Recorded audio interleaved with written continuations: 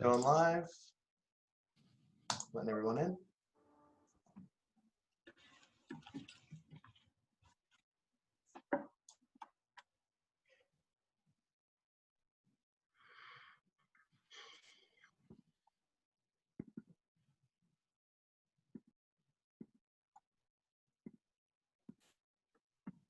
Hi, everyone. Hi. It's good to see you. We just have a few quick COVID-related updates for you. As you know, there's a lot of other things going on in the city that have been covered in so many different ways. I'm happy to answer any questions about the protests and the outrages felt by the community. But just want to give a couple quick updates on COVID beforehand. 2,512 cases over the course of the virus, 105 fatalities. The Director Bond and Dr. Murphy continue to do a lot of mobile testing and have a number of sites. McConaughey Terrace is being tested. There's a test site there today. Correct me if I'm wrong, Director Bond. June 4th, they're going to do testing at Advanced Nursing again. June 5th, they're going to be at Boucher Lane at Eastview Public Housing, which is on the east side of the city. They're doing some testing at Tower 1, Tower East. And then next Wednesday is our weekly testing at Lincoln Bassett School. And we'll continue to pop up testing sites around the city in places where we think there's a strong need and interest in getting tested. I just want to reiterate my thanks to Dr. Murphy and the team for being so flexible and allowing us to provide testing to so many people. The CVS testing site has not had as many people going to the site, and they are shutting down on June 12th. So they'll no longer be testing at that site as of June 12th. Director Bond, do you have any updates? I do. I just want to add, with all of the different testing sites, you can find that information on our City of New Haven COVID-19 website. If you have any questions regarding scheduling an appointment, we can certainly assist at the New Haven Health Department hotline at 203-946-4949. And I also just wanted to make a comment around the peaceful protesting that has been going around throughout our city. While I agree racial injustice should not be tolerable and it's not acceptable, I do want to encourage our peaceful protesters to please consider getting tested. We have a lot of testing sites, as you heard the mayor mention. And we also want to encourage you to please, what I noticed throughout different videos is that people are not wearing their mask properly. You're not social distancing as it is. So I encourage you to please, number one, wear a mask. Number two, wear the mask properly and cover your nose, because that is an entryway to being infected. And so we ask again to please visit our website to get a local testing site. It is free and available to everyone that would like to get tested. Thank you. Turn it back over to the mayor. Thank you, Director Bond. I know that Dr. White has an update, but I want to first give Dr. Tracy an opportunity to share anything if you so choose. Is that if I so choose? So I just want to say that piggybacking on some of the things Director Bond was saying, we acknowledge and we're aware of the protest that's going on, and it just heightens the whole idea about us making sure that we do more educating of our staff and our students about racial discrimination or racism and bigotry as we know it, so that there can be real good conversations going on and certain actions being taken as a public school system that we do acknowledge, and we stand with the protesters, but we do not stand with the violence, but we stand with them in what is happening, because we ought to be angry about what has taken place, and also to acknowledge that that's been over 400 years of challenges going on in this way. I just finished with my executive team talking about the whole situation and what New Haven school system has to do moving forward. Coming up, we're setting up a forum for our families to give students an opportunity to speak. I have YFCE doing similar things, so make sure that their voices are heard, because we do not have to have a solution right now, but at least we should be able to listen to the feelings of our young people and also for parents. So that's what's going on. With regards to graduation, I'll defer to Dr. White to speak to us about what's going on around graduation.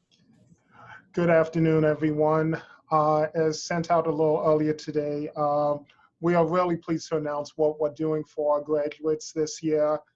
We know it's an unusual situation and an unusual year, but the district, with our principals, we've worked in a variety of ways to celebrate the class.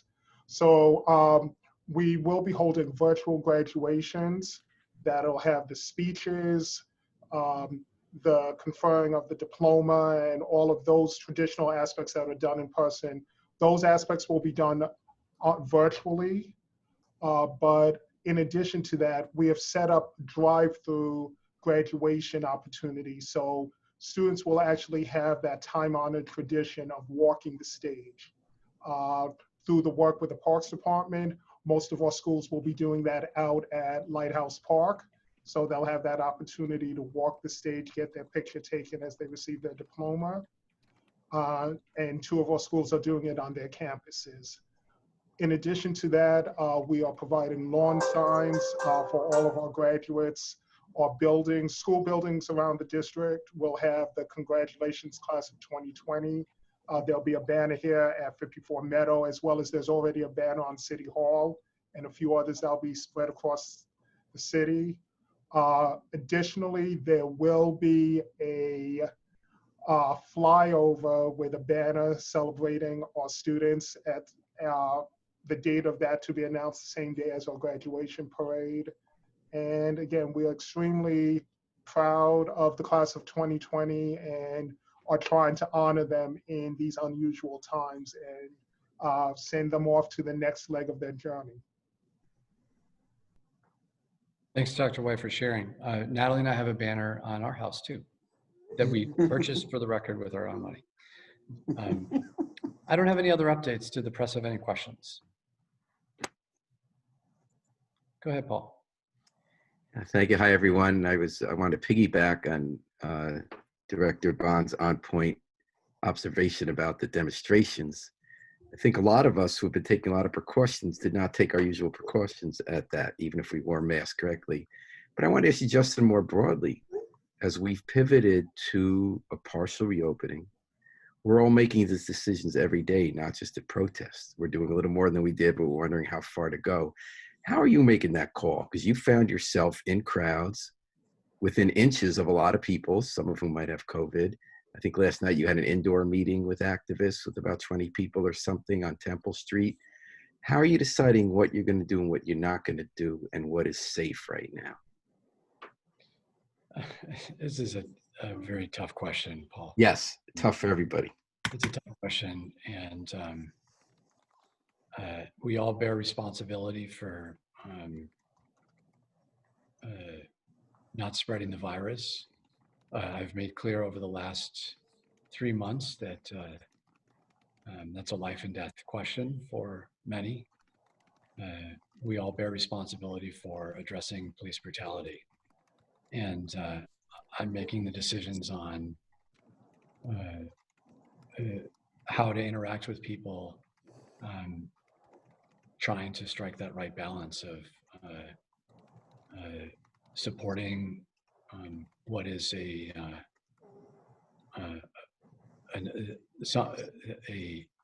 urgency around expressing outrage in many different ways, and also trying to keep our community safe from COVID. I don't really have a good answer. Nobody does. I'm not sure as I have a clear philosophy on what I get involved in and what I don't. I try to, as much as I can, model good behavior. Yeah, I don't know that anybody has a clear answer at this moment. It's literally thrown everything into confusion. I think. Yeah, and I can say that we'll continue to monitor the numbers so that we can try to respond as best we can if we see a spike. But at the same time, it's important for people at this time to express things how they express them. We are encouraging them to do so as much as possible responsibly.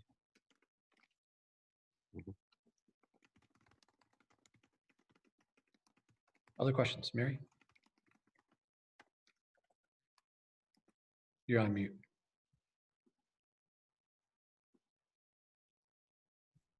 There you go.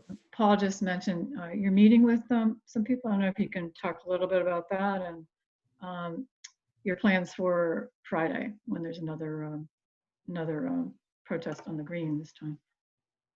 So it was a private meeting, so I feel like to be respectful of the people there, it's not appropriate for me to share the details. I think it's very, very important right now to have to listen and have dialogue, but I think to listen is very important. And I'm game to do that, and will continue to be game to do that. And I plan on showing up Friday and doing the same. There's been a number of people that have criticized me for not coming out earlier on Sunday. And I talked a little bit about this to both you, Mary, and Paul. But I was really, torn about it, and had conversations with a lot of people throughout the day on whether to come out early or not. I came out on Friday night in front of my house and spent some time. And at the time, didn't think it was productive. And so when I was at the police station, I didn't come out until later. At the same time, maybe just coming out and letting people vent is productive, because now it seems like it's an important time for people to just express their outrage and vent. And if I'm the person that they do that towards, that's okay. Okay. Do you see eventually there will be a time for dialogue? I mean, if this is, I sure hope so. No, it's I not going to think go end, I guess. it's not like now is not a time for dialogue, right? We can't have any dialogue now. That's not what I'm saying. Right. But I think it's important to just allow for things to take their course and think about ways that we can address the problem, but not, but just to be flexible and compassionate with other people. Okay. Any other questions? Going once, going twice. Thanks, everybody. Thanks. Thank you all.